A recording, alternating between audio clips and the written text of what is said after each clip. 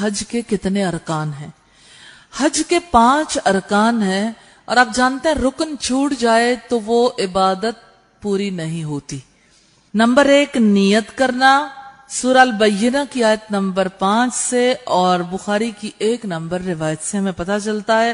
اور دوسرا ہے وقوف عرفہ، یعنی 9 ذی الحجہ کو میدان عرفات میں وقوف کرنا، یا نماز کے بعد کھڑے ہو کر اور بیٹھ کر، یعنی زیادہ کھڑے ہو کر دعائیں مانگنا۔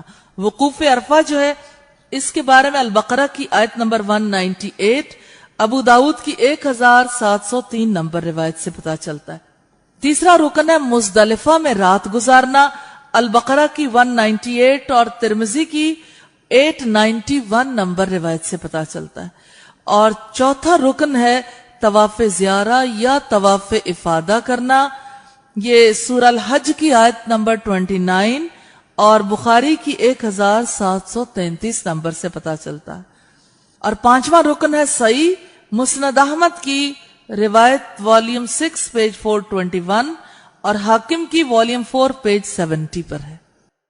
حج کا کوئی رکن رہ جائے تو کیا کرنا ہوگا؟ حج کا کوئی رکن رہ جائے یعنی فوت ہو جائے تو حج نہیں ہوگا، آئندہ سال دوبارہ حج کرنا ہوگا۔